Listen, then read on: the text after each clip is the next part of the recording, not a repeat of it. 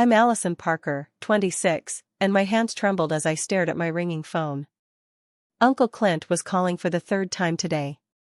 Ever since Grandpa Harold's health declined, relatives have been circling like vultures. 6 months ago, I quietly moved my grandparents' $1 million estate into an irrevocable trust. Something about the hungry looks in my family's eyes told me this was necessary. That decision would prove more crucial than I ever imagined. What I've learned is that when money is involved, even family can transform into predators overnight. Before I share what happened next, let me know where you're watching from in the comments, and don't forget to hit that like and subscribe button if you've ever had to protect someone you love. My grandparents, Harold and Beatrice Walker, weren't just my guardians, they were my world. When my parents died in a horrific car accident when I was 10, they stepped in without hesitation. While other retirees were traveling and enjoying their golden years, they were attending my soccer games and helping with science projects. I still remember how Grandpa Harold would sit at the kitchen table with me every night, patiently explaining math problems while Grandma Beatrice baked cookies that filled the house with the scent of vanilla and love. They never made me feel like a burden, though I know taking in a grieving child wasn't easy. Their modest ranch-style home in Denver suddenly had to accommodate a child's needs, but they never complained. Instead, they converted their home office into my bedroom, painting it lavender because they remembered it was my favorite color. Education is the one thing nobody can take away from you, Allie, Grandpa Harold would say.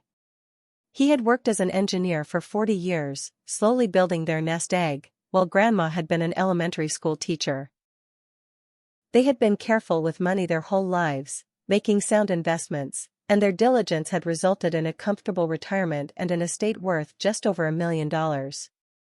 When I graduated high school and got accepted to the University of Colorado, they insisted on paying my tuition. Your parents would have wanted this, Grandma Beatrice said, her eyes misty with tears. They started saving for your college the day you were born. Law school had always been my dream. My father had been an attorney, and I wanted to follow in his footsteps.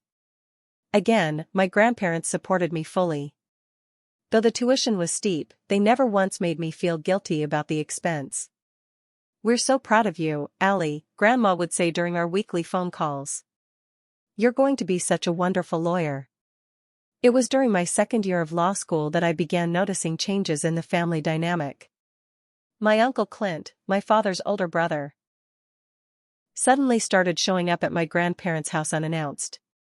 Aunt Tammy, married to my mother's brother, began calling more frequently, always steering conversations toward financial matters.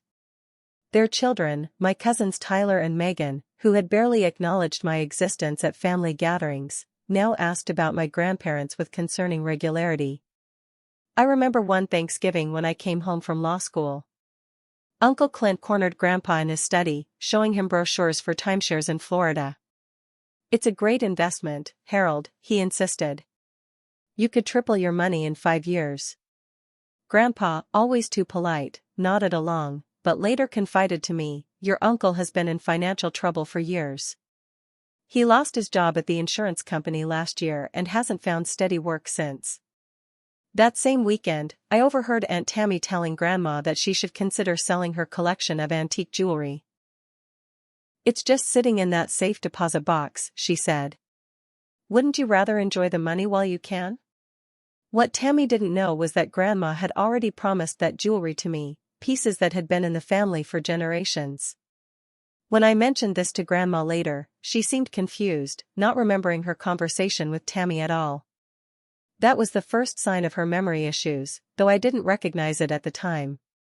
As I advanced through law school, taking classes in estate planning and elder law, my concerns grew.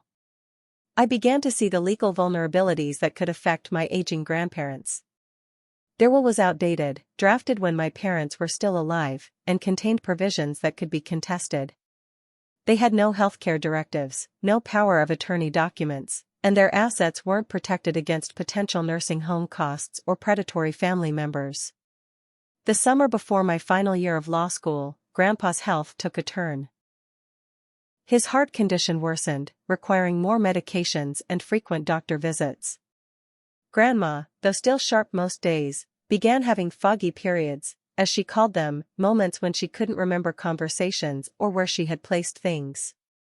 One evening, sitting on their back porch watching the sunset, Grandpa took my hand. "Allie, your grandmother and I have been talking.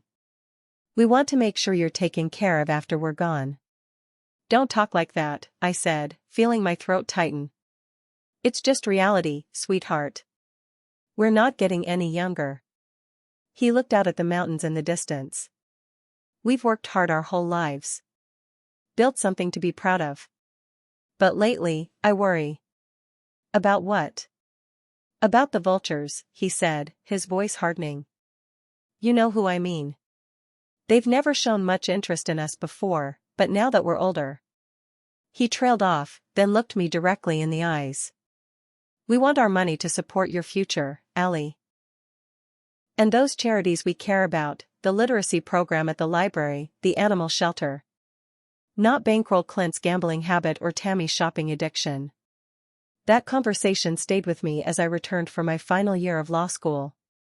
I graduated with honors, specializing in estate law, and returned home immediately.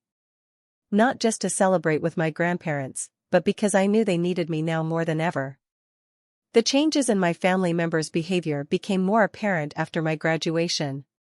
Uncle Clint, who had previously visited maybe twice a year, was now stopping by my grandparents' house every week, always with some new financial scheme or investment opportunity. Aunt Tammy had taken to bringing Grandma small gifts, usually inexpensive trinkets, then using these moments of goodwill to ask probing questions about the will or their investments. "Has Grandma seemed confused lately?" Tammy asked me one afternoon, her voice dripping with false concern. "I'm worried she might not be managing their finances properly anymore." I knew exactly what she was doing. As a newly minted lawyer with a specialization in estate planning, I recognized the common tactics used to establish grounds for questioning an elderly person's competence. The breaking point came when I was helping Grandpa organize his home office one Saturday.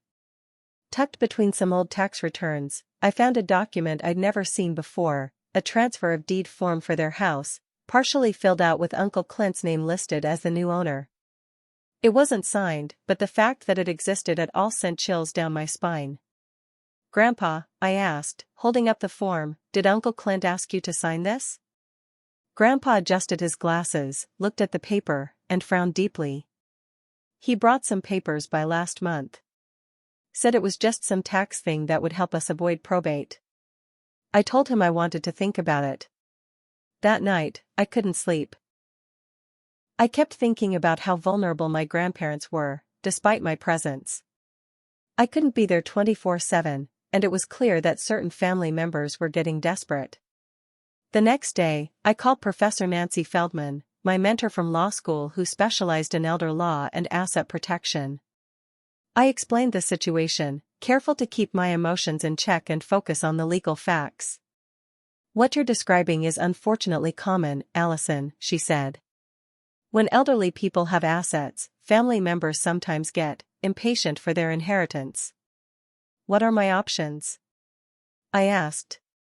"I need to protect them." "There are several routes you could take," Professor Feldman explained. "You could update their will, but wills can be contested, especially if someone claims diminished capacity. You could set up a power of attorney, but that doesn't protect the assets themselves." "What about a trust?" I asked. "An irrevocable trust would be the most secure option. Once assets are placed in the trust, they're no longer technically owned by your grandparents, which protects them from exploitation. The downside is that your grandparents would be giving up direct control of those assets." For the next week, I immersed myself in research, reviewing case law on irrevocable trusts and asset protection strategies. I studied the tax implications, the potential challenges, and the precise legal language needed to make such a trust bulletproof. This wasn't just an academic exercise anymore, this was about protecting the two people I loved most in the world. Finally, I felt ready to have the conversation with my grandparents. I chose a morning when they were both alert and feeling well, and we sat at their kitchen table, the same table where Grandpa had helped me with homework all those years ago. "I've noticed some concerning behavior from certain family members," I began carefully. And I found this in your office. I placed the transfer of deed form on the table. Grandpa's face darkened. Clint said it was just a formality. It's not, I said gently. If you had signed this, you would have given him ownership of your house. Grandma gasped, her hand flying to her mouth. But why would he do that? I took a deep breath. I think some family members are worried about their inheritance. And I'm concerned they might try to take advantage of you.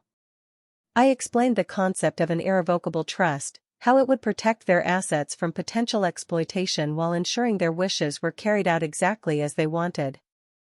I was careful to emphasize both the benefits and the limitations. You would be naming me as the trustee, I explained. That means I would be legally responsible for managing these assets according to your wishes. It's a big responsibility, and I want you to be absolutely certain this is what you want. Grandpa and Grandma exchanged a look. One of those silent communications that couples develop after decades together. We trust you completely, Allie, Grandma said, reaching across the table to squeeze my hand. You've never given us reason to doubt your judgment or your heart. Grandpa nodded in agreement. If you think this is the best way to protect what we've built, then that's what we'll do. The process of creating the trust and transferring assets was complex and time-consuming. We worked with a trusted estate attorney recommended by Professor Feldman, someone with no connections to our family who could serve as an independent witness if the trust was ever challenged. We decided to keep the process quiet. Not secretive, exactly, but private, a distinction that would become important later. My grandparents still had the right to manage their financial affairs without family interference, and we didn't want to trigger a premature challenge to their competence. There were several close calls. Once, Uncle Clint stopped by unannounced while we were reviewing trust documents at the kitchen table. I barely had time to slip them into my laptop bag before he walked in. "What are you two working on?" he asked, his eyes narrowing suspiciously. "Just helping Grandpa with his taxes," I said smoothly. It wasn't entirely a lie, the trust did have tax implications we'd been discussing. Another time, Aunt Tammy called while Grandma was at the bank, transferring some accounts into the trust's name. When Grandma mentioned she was at the bank taking care of some business, Tammy immediately pressed for details.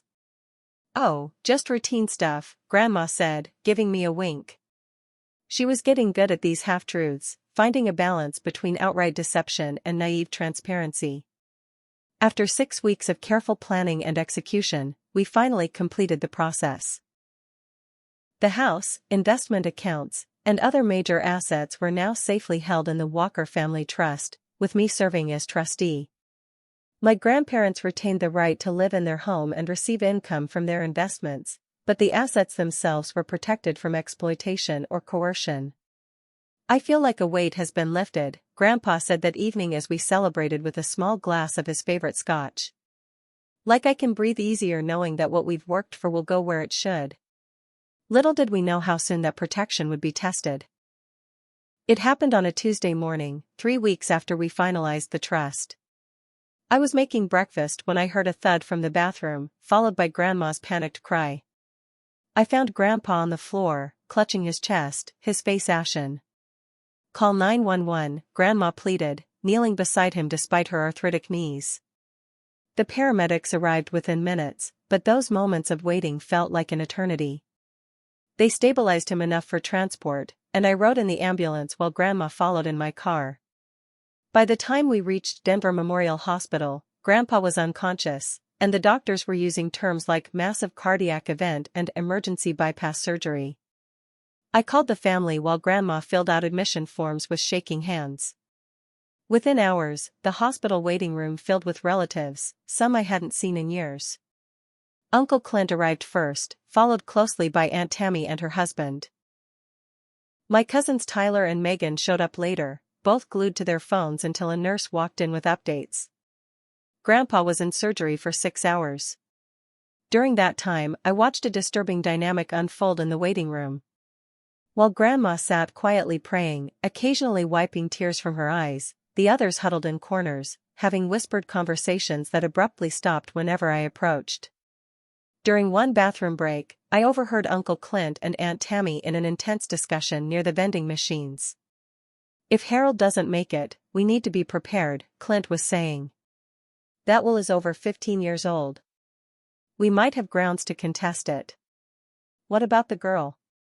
Tammy asked, and I knew she meant me. "She's been filling his head with who knows what," Clint replied. "But she's just a new lawyer. She doesn't have the resources to fight us if we all stand together." I slipped away before they noticed me, my heart pounding. Their casual discussion of Grandpa's potential death, as if it were a business opportunity rather than a family tragedy, made me physically ill. But it also confirmed that we'd made the right decision with the trust. If they were already planning to contest the will, they'd be in for a shock when they discovered most assets weren't even covered by it anymore. Grandpa survived the surgery, though the doctors warned us his recovery would be long and uncertain. He remained in the hospital for 2 weeks, and during that time, family members I barely recognized showed up to visit, second cousins, distant in-laws, all suddenly concerned about poor Uncle Harold. The most alarming incident occurred about 10 days after the surgery. I had gone to the cafeteria to get coffee, leaving Grandma dozing in the chair beside Grandpa's bed. When I returned, I found Uncle Clint leaning over Grandpa with papers in his hand. "What's going on?" I asked sharply.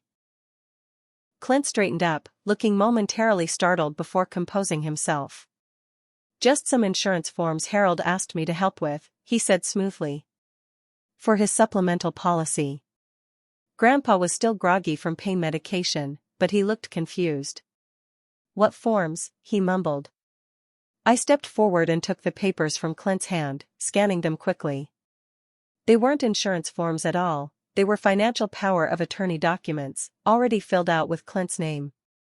"These aren't insurance forms," I said, my voice deadly calm despite the rage building inside me. "You're trying to get him to sign over control of his finances while he's on pain medication." "Don't be ridiculous," Clint scoffed, reaching to take the papers back. "You're misunderstanding the situation." I held the papers away from him. "I'm a lawyer, Uncle Clint. I know exactly what these are."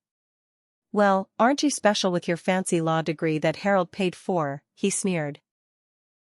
"Some of us have been family a lot longer than you've been playing daughter to them." "Get out," I said, my voice low but firm. "Get out before I call hospital security and report you for elder abuse."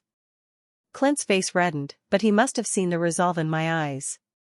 He stormed out, but not before muttering, "This isn't over." The confrontation attracted attention. Within hours, I was receiving text messages from various family members, all concerned about my aggressive behavior and controlling nature. Aunt Tammy even called Grandma directly, suggesting that perhaps I was under too much stress and not thinking clearly. "They're saying you're keeping them away from Harold," Grandma told me that evening, her voice worried. "They think you're trying to control everything." I caught Uncle Clint trying to get Grandpa to sign power of attorney forms while he was drugged, I explained. "Should I have just let that happen?" Grandma's expression hardened. A rare look for her normally gentle face. "No. You did exactly right." That night, after Grandma went home to rest, I sat beside Grandpa's bed, watching the steady rise and fall of his chest. When he stirred and opened his eyes, I was surprised to find them clear and alert. "They came for the money, didn't they?" he asked quietly. I nodded, not seeing any point in hiding the truth. "Clint tried to get you to sign power of attorney forms." Grandpa nodded slightly, as if this confirmed something he'd long suspected. "Good thing we set up that trust when we did." "Yes," I agreed, taking his weathered hand in mine. "Good thing we did." 3 months after his hospitalization, Grandpa was back home, though significantly weaker than before. His once robust frame had thinned, and he needed a walker to get around the house. But his mind remained sharp, and his determination to maintain independence was stronger than ever. The family dynamics, however, had shifted dramatically. What had once been subtle circling became blatant interference. Various relatives began showing up unannounced, always with some excuse about just checking in or seeing if you need any help around the house. Aunt Tammy appointed herself Grandma's unofficial assistant, accompanying her to doctor appointments and grocery shopping trips. On the surface, this seemed helpful, but I noticed how Tammy used these opportunities to isolate Grandma from me, often scheduling these outings when I had meetings or errands of my own. Uncle Clint, meanwhile, had taken to stopping by early in the mornings when he knew I would be out for my daily run. During these visits, he would offer to help Grandpa with financial paperwork or organizing important documents. The first red flag came when I returned from a run to find Clint in Grandpa's study, standing over the open file cabinet. He claimed to be helping locate insurance paperwork, but the drawer he was searching contained investment statements and bank records. Then there was the incident with cousin Tyler, whom I caught photographing financial statements left on Grandpa's desk. When confronted, he claimed he was just taking pictures of old family photos, despite the obvious bank letterhead visible on his phone screen. "They're getting bolder," I told Professor Feldman during one of our regular phone consultations. "I can't be everywhere at once." "You need to document everything," she advised. "And consider setting up some security measures." Taking her advice, I installed a simple security camera system in the common areas of the house, with my grandparents' permission, of course. I presented it as a safety measure for two elderly people, which wasn't entirely untrue. I also moved all important financial documents to a locked file cabinet in my bedroom, keeping the only key with me. These measures didn't go unnoticed. During a Sunday dinner that Aunt Tammy had insisted on hosting at my grandparents' house, she spotted one of the cameras. "What's that for?" she asked sharply, pointing to the small device mounted in the corner of the living room. "Security," I replied simply. "After Grandpa's hospitalization, we wanted some extra peace of mind." "Seems excessive," she muttered. "Unless you're monitoring more than just intruders." The implication was clear: she thought I was spying on the family. In a way, she wasn't wrong. As summer turned to fall, Grandma's condition began to deteriorate as well. Her foggy periods became more frequent and prolonged. She would forget conversations minutes after having them, misplace items constantly, and sometimes become confused about what day it was or who had recently visited. This vulnerability didn't go unexploited. I reviewed the security footage regularly and was disturbed by what I saw. During one visit, Aunt Tammy sat with Grandma while Grandpa napped, showing her brochures for an assisted living facility. "Wouldn't it be easier to just sell this big house?" Tammy suggested, her voice honeyed with false concern. "The money could go into a nice account for you and Harold, and you wouldn't have to worry about maintenance anymore." "I don't know," Grandma replied, clearly confused. "We've always planned to leave the house to Allie." "Oh, Allie will be fine," Tammy dismissed. "She's young and has that law degree now. Don't you think you and Harold deserve to enjoy your money while you can?" Other footage showed similar attempts from various family members. Cousin Megan tearfully telling Grandma about her student loan debt. Uncle Clint suggesting that Grandpa's classic car collection was just sitting there depreciating and offering to take it off his hands for a fair price. The most disturbing discovery, however, came when I was helping Grandma check her email one evening. She had mentioned that someone had sent her information about changing her will, but she couldn't remember who. When I opened her inbox, I found dozens of emails from family members, all containing subtle and not-so-subtle suggestions about estate planning, retirement finances, and the burden of maintaining their current lifestyle. But the real shock came when I noticed several emails in Grandpa's account had been read but not opened by him. The access timestamps showed they'd been viewed during his afternoon naps or while he was at physical therapy. Someone had been accessing his email account without permission. A quick check of the login history confirmed my suspicions. There had been multiple logins from an unfamiliar IP address. Someone in the family had hacked into his account, likely by guessing his password, which had been, predictably, my father's name and birth year. "We need to change all your passwords," I told my grandparents that evening. "Someone's been accessing your email without permission." Grandpa looked more resigned than surprised. "Nothing they do should shock us anymore," he said quietly. "But it still does." The situation escalated dramatically in November, about 7 months after we'd established the trust. I was reviewing some routine trust documentation when I received a call from Midwest National Bank, where my grandparents had their checking account. "Ms. Parker, this is Thomas Reynolds from the fraud department at Midwest National," the caller said. "We've had someone attempt to access your grandparents' accounts using what appears to be a power of attorney document.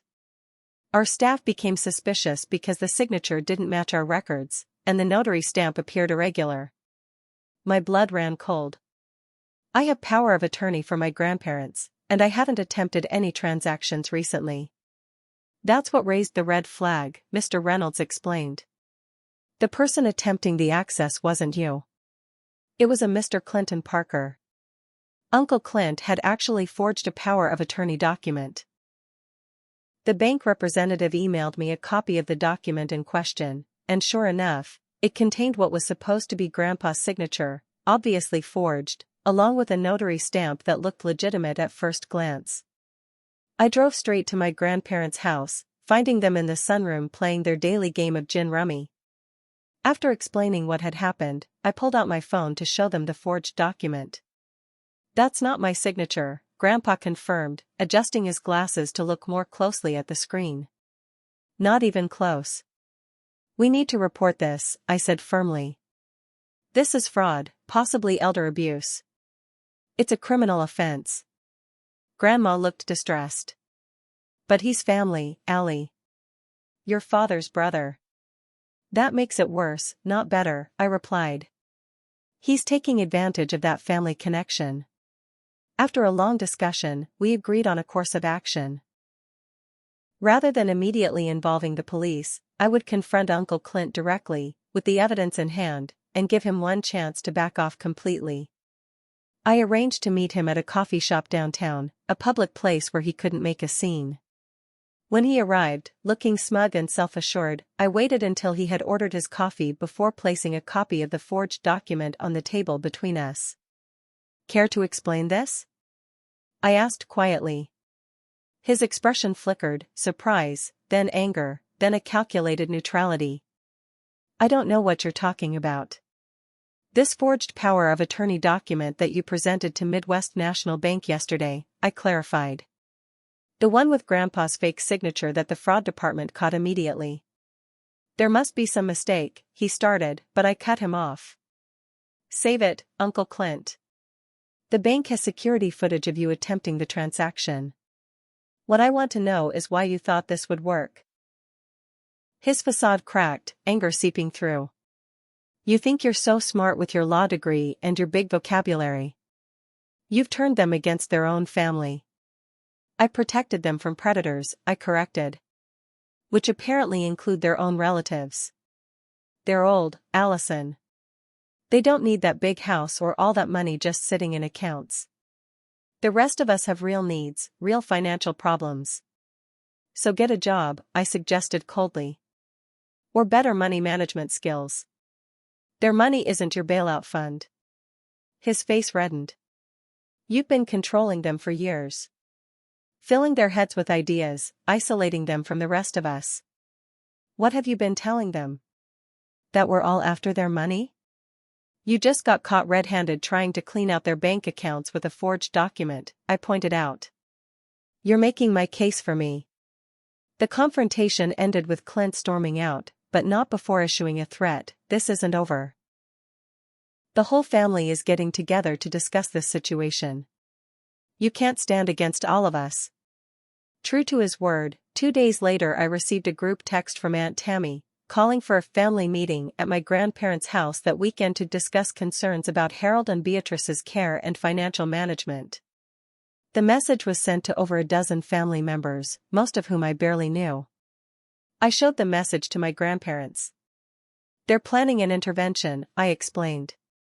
"They're going to try to convince you that I'm taking advantage of you, and that you need their help instead." Grandpa's jaw set in that determined way I recognized from my childhood, when he would stand up to school bullies on my behalf. "Let them come," he said firmly. "It's about time we cleared the air." The family meeting was every bit as uncomfortable as I had anticipated. Relatives filled the living room, many pretending concern while stealing glances at the furnishings, as if mentally appraising their value. Uncle Clint had even brought along his attorney, a sleazy-looking man named Gordon Meeks who specialized in estate challenges, according to my quick Google search before the meeting. Aunt Tammy took the lead, her voice dripping with manufactured concern. "Harold, Beatrice, we're all here because we love you and we're worried. We feel that Allison has been isolating you from the rest of the family and possibly exerting undue influence over your financial decisions." "Undue influence," Grandpa repeated, raising an eyebrow. "That's an interesting legal term, Tammy. Did you learn that from Mr. Meeks here?" Tammy flushed but pressed on. "We think it might be better if you considered moving to an assisted living facility, where you could have professional care. The house could be sold, and the proceeds could be managed by a neutral third party." "Like Clint?" I interjected. "The same Clint who tried to forge Grandpa's signature on a power of attorney document this week?" A murmur ran through the room. Apparently, Uncle Clint hadn't shared that little detail with the rest of the family. "That's a baseless accusation," Clint blustered, but his face had gone pale. "I have the document and confirmation from the bank's fraud department," I replied calmly. "Would you like me to share it with everyone here?" The meeting devolved from there. Cousins I barely knew accused me of manipulating my grandparents for my own financial gain. Aunt Tammy suggested that Grandma's memory issues made her susceptible to coercion. Uncle Clint's wife even implied that I had always been emotionally unstable and was using my law degree to play elaborate games. Throughout it all, I remained calm, responding with facts rather than emotion. But the most powerful moment came when Grandpa, who had been quietly observing, slowly rose to his feet with the help of his walker. "That's enough," he said, his voice quiet but commanding. The room fell silent immediately. "I may be old, but I'm not senile. Neither is Beatrice, despite her memory issues. We know exactly what's happening here, and we're disappointed in all of you." He looked around the room, making eye contact with each person. "Allison has done nothing but protect us from you. She caught Clint trying to steal our house. She prevented Tammy from pressuring Beatrice to sell family heirlooms. She documented Tyler photographing our financial statements without permission." The accusations landed like physical blows, with the guilty parties flinching visibly. "We raised Allison after her parents, my son and your sister," he said, looking at Tammy, "died tragically. Where were all of you then? Where were you during her school events, her graduations, her heartbreaks? Where were you when I had my heart surgery, except circling like vultures hoping I wouldn't survive?" The room was deadly silent now, shame visible on some faces, defiance on others. "Our finances and our estate are no one's business but our own," Grandpa continued. "We've made our decisions carefully and legally. If you're here because you love us, then show it through your actions, not by trying to access our bank accounts. If you're here for money, then you can leave now and save us all a lot of time and pain." No one moved immediately. Then, slowly, a few of the more distant relatives got to their feet, mumbled awkward goodbyes, and left. Others followed, until only the core instigators remained, Uncle Clint, Aunt Tammy, and their attorney. "You've made a serious mistake," Mr. Meeks said, addressing me directly for the first time. "My clients have legitimate concerns about undue influence and diminished capacity. We'll be pursuing this matter through proper legal channels." "You're welcome to try," I replied calmly. "But you should know that any legal challenge will trigger an investigation into the forged power of attorney, which could result in criminal charges." They left shortly after, with Clint slamming the door hard enough to rattle the windows. When they were gone, Grandma burst into tears, the emotion of the confrontation finally overwhelming her. "I never thought it would come to this," she sobbed as I held her frail shoulders. "Their family. How could they do this?" Grandpa looked more resigned than upset. "Money does strange things to people," he said quietly. "Always has, always will." That night, as I lay awake replaying the confrontation, I received a text message from a number I didn't recognize. It contained just 4 words, "Watch your back, lawyer." I took a screenshot and saved it to my growing file of evidence. If they wanted a legal battle, I would be thoroughly prepared. The next morning, I found Grandpa at the kitchen table, looking through a legal document I didn't recognize. "What's that?" I asked, pouring myself coffee. "I've been thinking," he said, not looking up. "We need to consider having me declared mentally competent by an independent physician, before they try to claim otherwise. And we need to think about protecting Beatrice if my health fails again." I nodded, sitting across from him. "I've been thinking the same thing. But first, I think we need some professional help documenting what's been happening." It was time to go on the offensive.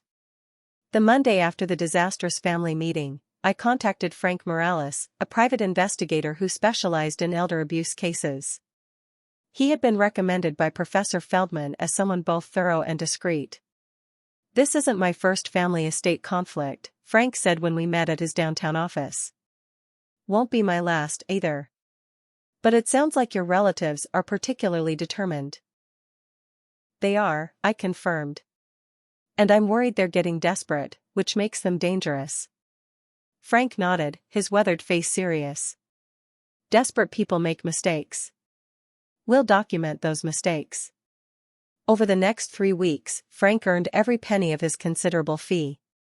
He conducted background checks on all the family members involved, documented their visits to my grandparents' home, and even managed to photograph Uncle Clint meeting with his attorney and another man Frank identified as a doctor known for providing capacity evaluations on demand. The most disturbing discovery came when Frank investigated Uncle Clint's finances. Not only was he deeply in debt, but he had a serious gambling problem that had led to loans from some questionable sources. "He owes nearly $200,000 to a guy who doesn't use banks, if you know what I mean," Frank told me, sliding a photo across his desk. It showed Clint talking to a man outside a bar known for its organized crime connections. "Your uncle is in way over his head. That makes him not just desperate, but potentially dangerous." Aunt Tammy's investigation revealed its own troubling pattern. 5 years earlier, she had been the primary caregiver for her mother-in-law, who had suffered from dementia. During that time, nearly $75,000 had disappeared from the older woman's accounts. No charges were ever filed, but the timing aligned perfectly with Tammy's purchase of a new luxury SUV and an extensive home renovation. "Classic signs of elder financial abuse," Frank confirmed. "Usually family members get away with it because no one wants to press charges against a relative." Armed with this information, I met again with Professor Feldman to discuss our legal strategy. We decided on a multi-pronged approach. First, we arranged for both grandparents to undergo comprehensive cognitive evaluations with a respected geriatric psychiatrist. The results confirmed what we already knew. Despite some memory issues, Grandma was still capable of making her own decisions, and Grandpa was fully competent. Next, we strengthened the trust with additional provisions and updated their healthcare directives and power of attorney documents, having them notarized by 2 different notaries to prevent any claims of forgery or coercion. Finally, we prepared documentation of all the attempted financial exploitation, creating a comprehensive file that could be submitted to Adult Protective Services or law enforcement if necessary. "Think of it as a nuclear option," Professor Feldman advised. "We don't want to use it, but having it ready may deter further attempts." Throughout this process, my grandparents remained remarkably resilient, though the strain was taking its toll. Grandpa seemed to age years in just weeks, his shoulders stooped more than before, his voice often tired. But his mind remained sharp, his resolve unbroken. One evening, as we sat on the back porch watching the sunset, a daily ritual we had maintained through all the turmoil, Grandpa reached over and took my hand. "I want you to know something, Allie," he said quietly. "I always knew this would happen." "What do you mean?" He sighed, his eyes fixed on the mountains in the distance. "Family can be wonderful, but it can also be terrible. I watched it happen with my own parents. The moment they got older, my brother Milton started circling, looking for his piece of the pie before they were even gone." "Is that why you never liked Uncle Clint?" I asked, remembering how Grandpa had always kept a polite but definite distance from my father's brother. Clint reminded me too much of Milton, Grandpa nodded. Always looking for the easy way, always feeling entitled to what others had worked for. He turned to look at me directly. Your father was different.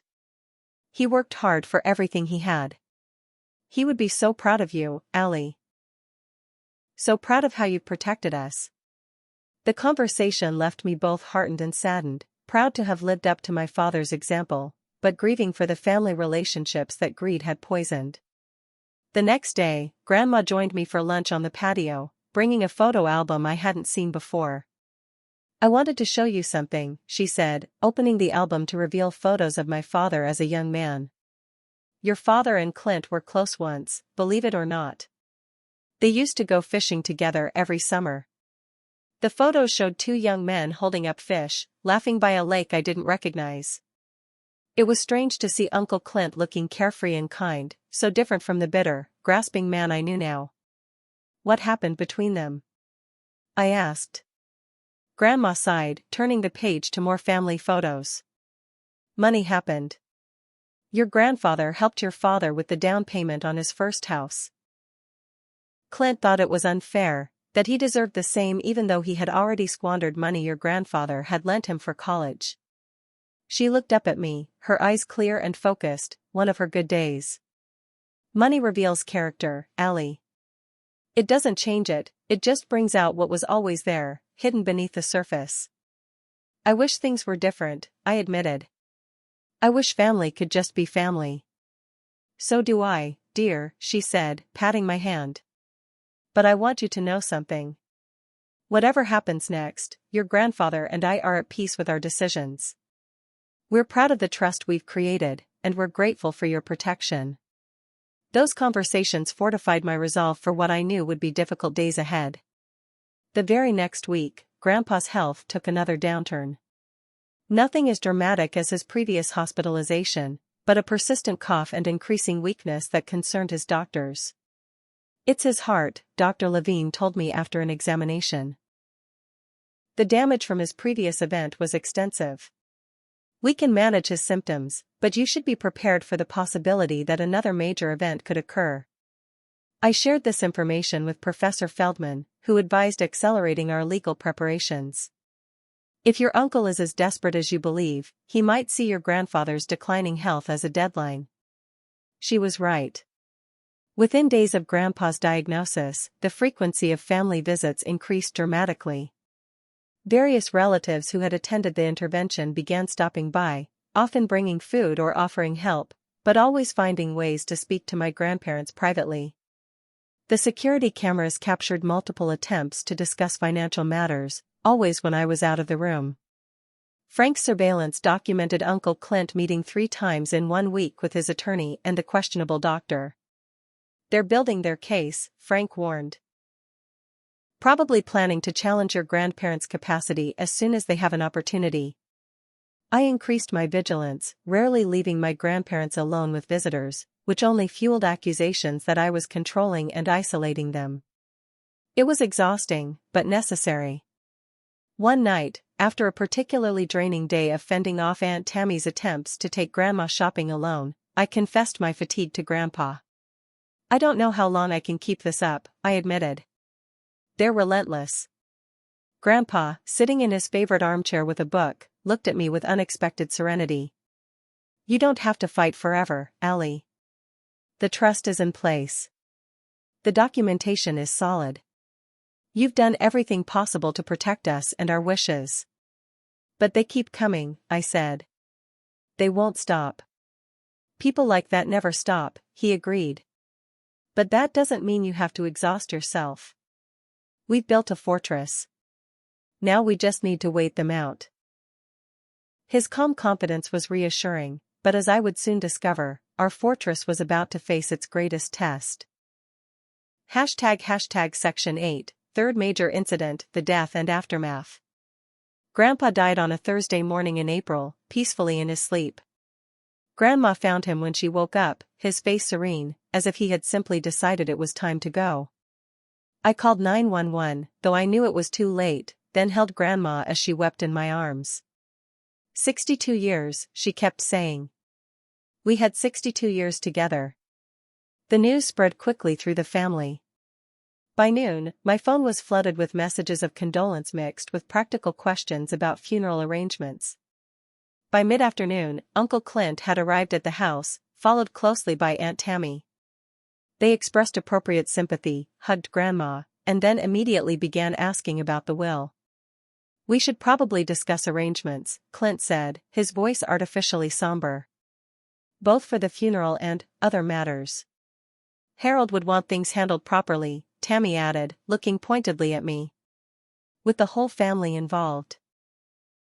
I bit back the angry retort that sprang to mind, reminding myself that this was neither the time nor place. We'll discuss everything after the funeral, I said firmly. Right now, Grandma needs rest and privacy. They retreated, but I knew it was temporary. The vultures were circling more openly now, emboldened by Grandpa's death.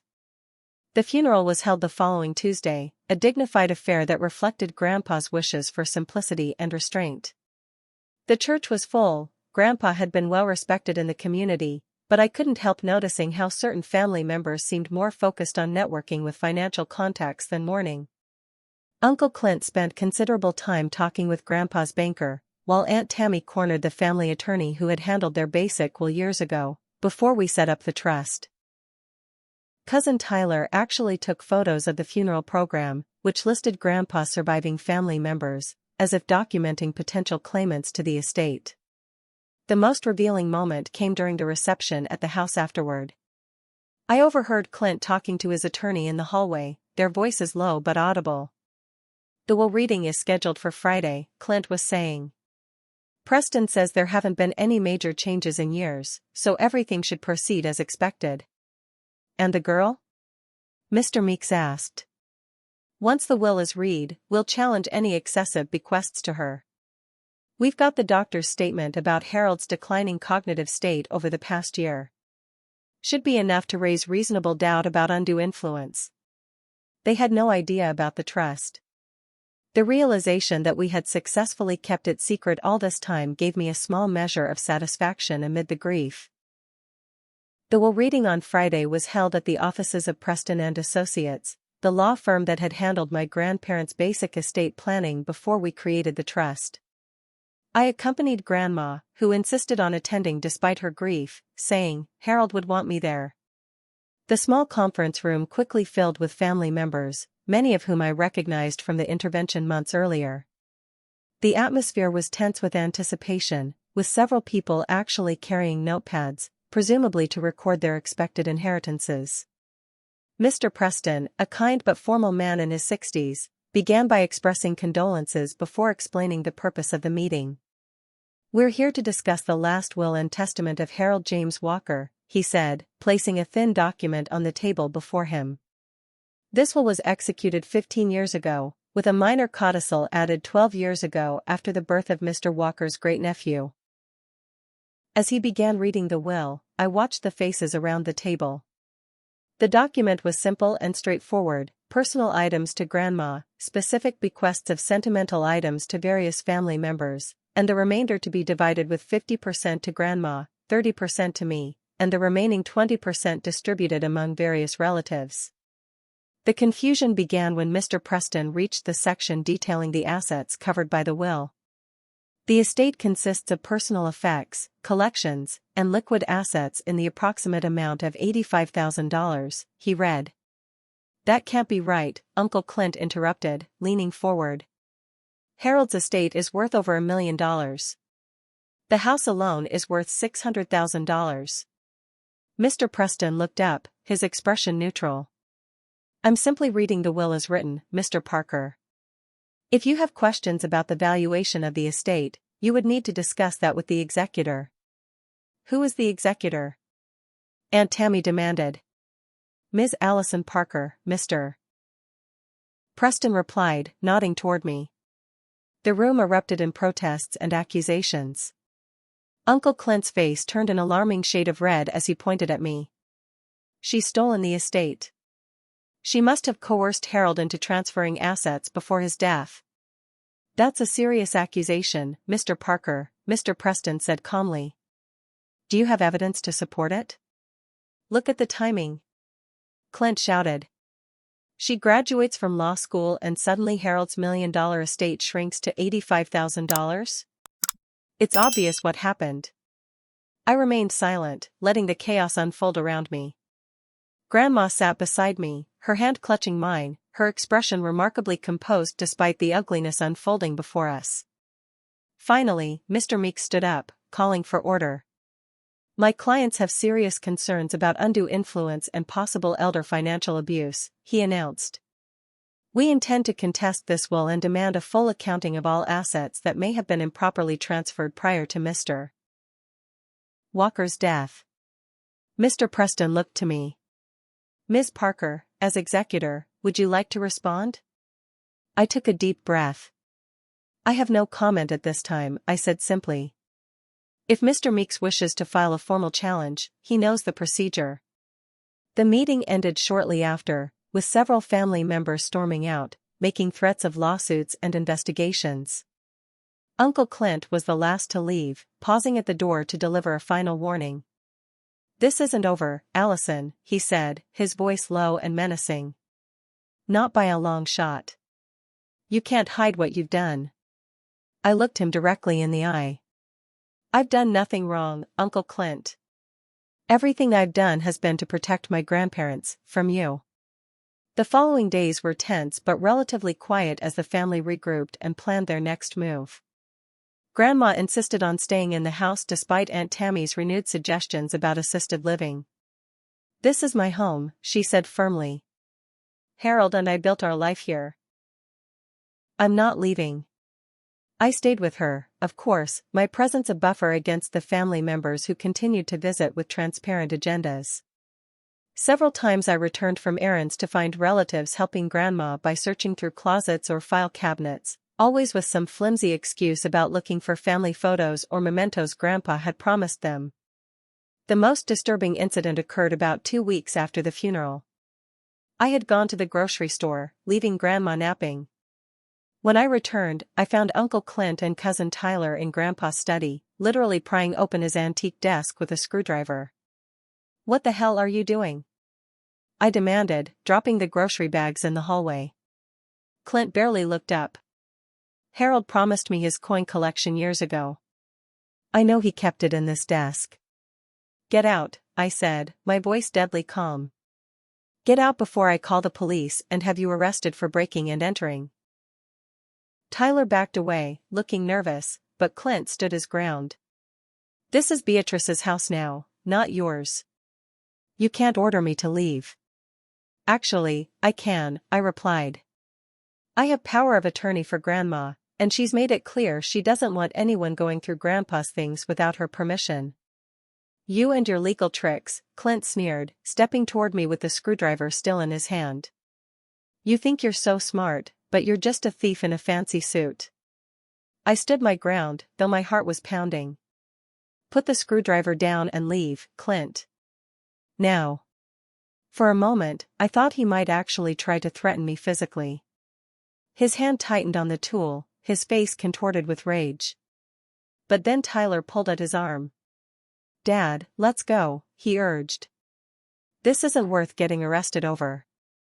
Clint finally backed down, throwing the screwdriver onto the desk with a clatter. This isn't over, he growled as he brushed past me. Not even close. After they left, I found Grandma standing in the hallway, trembling. I heard everything, she said. He was going to hurt you. I hugged her, trying to keep my own trembling under control. No, he was just trying to intimidate me. But we need to be more careful. That night, after Grandma had gone to bed, I called Frank Morales to update him on the situation. Things are escalating, I told him. I'm worried about what they might do next. Change the locks, he advised immediately. And consider staying somewhere else for a few days, both of you. Just until things cool down. But Grandma refused to leave her home. I won't be driven out by bullies, she said the next morning when I suggested we visit her sister in Colorado Springs for a few days. This is my house, and I'm staying right here." Her determination was admirable, but it put us in a difficult position.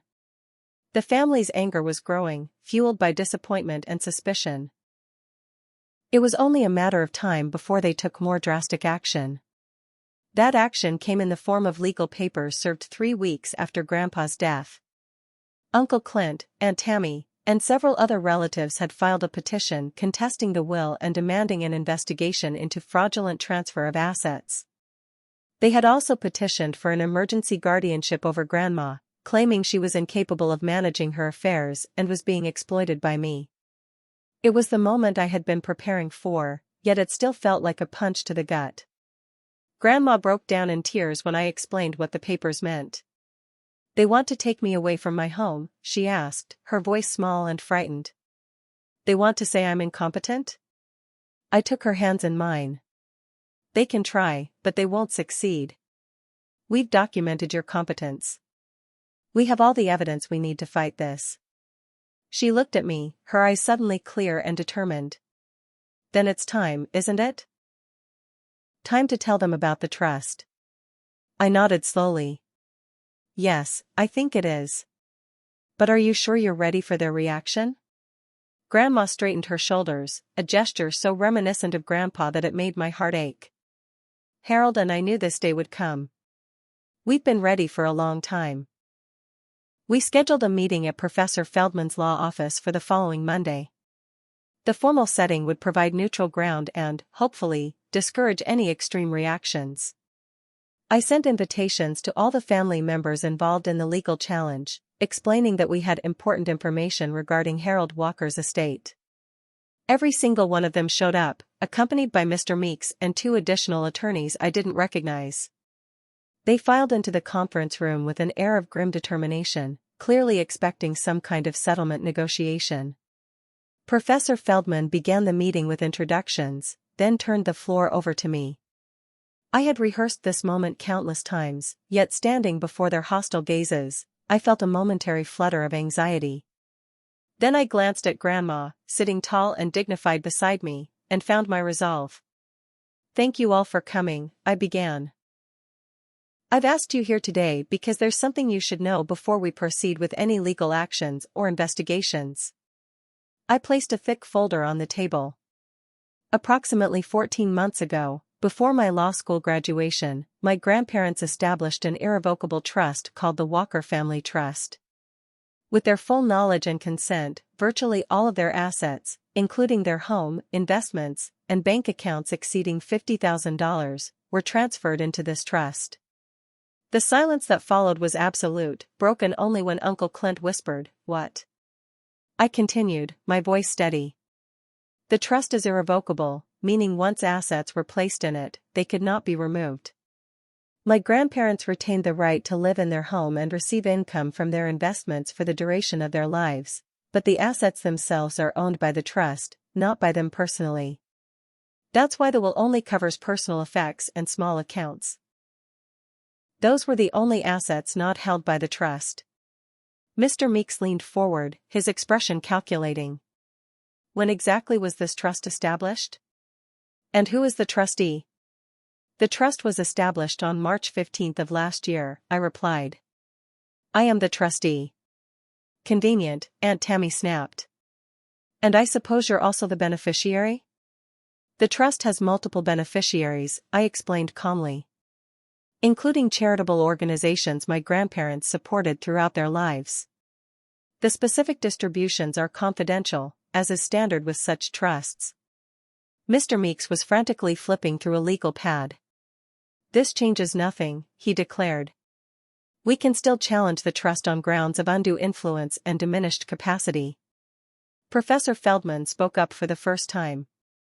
"You could try, Mr. Meeks, but I would advise against it. We have extensive documentation of both Mr. and Mrs. Walker's competence at the time the trust was established, including independent medical evaluations and video recordings of their discussions with the estate attorney." She slid several documents across the table. "We also have documentation of multiple attempts by your clients to exploit Mr. and Mrs. Walker financially, including a forged power of attorney document presented to Midwest National Bank by Mr. Clinton Parker. Uncle Clint's face drained of color. "That's a lie," he protested weakly. "The bank's fraud department has the original document and security footage," I said quietly. "They chose not to press charges at our request, but that could change." The mood in the room shifted palpably as the family began to understand the full extent of their predicament. They had come expecting to intimidate us into a settlement. Instead, they were facing the possibility of criminal charges. Mr. Meeks leaned close to Uncle Clint, whispering urgently. After a heated exchange, he straightened up. "My clients maintain that they have acted in good faith out of concern for Mrs. Walker's well-being. However, in light of this new information, perhaps we can discuss a reasonable accommodation." "What kind of accommodation?" I asked cautiously. "The family has genuine financial needs," he began. "If the trust could provide some assistance." "The trust is not a personal ATM," I interrupted. "It was established with specific purposes that reflect my grandparents' wishes." At this point, Grandma spoke up, her voice surprisingly strong. "I have something to say." The room fell silent as she looked around at each family member in turn. "Harold and I worked hard our whole lives. We saved, we invested carefully, we did without luxuries so we could build something meaningful. Not just for ourselves, but for those we love." Her gaze lingered on Uncle Clint. "We always intended to help family in genuine need. But we also wanted our legacy to reflect our values, education, compassion, responsibility." She took a deep breath. "The trust Allison mentioned does include provisions for family members. But those provisions are contingent on behavior. Those who have attempted to take advantage of us or who have treated us with disrespect will not benefit." Uncle Clint started to protest, but she held up a hand, silencing him. "However, the trust also includes a path to redemption. Those who demonstrate genuine change, who show respect for our wishes and contribute positively to the family, may receive modest stipends to address legitimate needs." She looked at me, then back at the family. "Allison has our complete trust to make these determinations. That is our final word on the matter." The silence that followed was profound. Mr. Meeks recovered first, clearing his throat. "Perhaps we should discuss the specifics of these provisions." "There's nothing to discuss," I replied firmly. "The terms of the trust are clear and legally binding. If your clients wish to challenge it, they're welcome to try. But they should be aware that doing so will trigger the release of all the evidence we've gathered regarding their attempts at financial exploitation, including to law enforcement." One by one, the family members began to absorb the reality of their situation. Some looked angry, others embarrassed. Uncle Clint sat in stunned silence, while Aunt Tammy dabbed at tears that may or may not have been genuine. Mr. Meeks conferred briefly with his clients, then announced that they would need time to consider their position. The meeting ended soon after, with most of the family filing out without another word. Uncle Clint was the last to leave, pausing at the door to look back at us. For a moment, I thought I saw a flicker of respect in his eyes, quickly replaced by resentment. "You outplayed us," he said simply, then walked out. In the months that followed, the legal challenges were withdrawn one by one. Some family members attempted reconciliation, sending awkward cards or making hesitant phone calls. Others disappeared from our lives entirely. Uncle Clint never apologized directly, but he did send Grandma a box of old family photos he had kept for years, including several of my father that we had never seen, a peace offering of sorts. One year after Grandpa's death, Grandma and I sat in the garden he had loved so much, now blooming with the spring flowers he had planted. She was frilier than before, her memory issues more pronounced, but she still had days of remarkable clarity. "Harold would be proud," she said, watching a hummingbird hover near the feeder. "Of both of us." "I hope so," I replied, adjusting the blanket around her shoulders. "I still miss him every day." "Me too, dear." She patted my hand. "But he left us well prepared, didn't he? More than we even knew." She was referring to the letter we had found a month after the confrontation with the family, a letter Grandpa had left with his personal attorney to be delivered after his death. In it, he revealed that he had taken out an additional life insurance policy naming me as beneficiary, completely separate from the trust. He had also set up a small foundation to support elder abuse prevention programs, naming me as director. He always thought 3 steps ahead, I agreed, smiling at the memory of his strategic mind. Just like you, Grandma said. You know, I worried sometimes that fighting so hard against the family would make you bitter. But it hasn't, has it? I considered the question carefully. No, I don't think so. Wiser, maybe. More cautious. But not bitter. Good, she nodded. That's your grandfather in you. He never let disappointment harden his heart. As we sat there in the peaceful garden, I reflected on the journey of the past 2 years. The trust had performed exactly as intended, protecting my grandparents' legacy from those who would have squandered it. But the real value wasn't in the money or property it preserved, it was in the dignity and autonomy it had secured for my grandparents in their final years together. Some might see what I did as manipulative or controlling. But I know the truth, sometimes protection requires intervention. Sometimes love means making difficult choices that others might not understand. And sometimes, the most important legacy isn't money at all, but the lessons taught through example, integrity, foresight, and the courage to stand firm when it matters most. If you've ever had to protect someone you love from people who should have been trustworthy, I'd love to hear your story in the comments. How did you handle the situation? What would you have done differently in my position? Don't forget to like this video if it resonated with you, subscribe for more real-life stories, and share with anyone who might be facing similar challenges with elderly parents or grandparents. Remember, sometimes the most important thing we can do is stand up for those who can't stand up for themselves. Thank you for listening, and I wish you wisdom and strength in protecting the ones you love.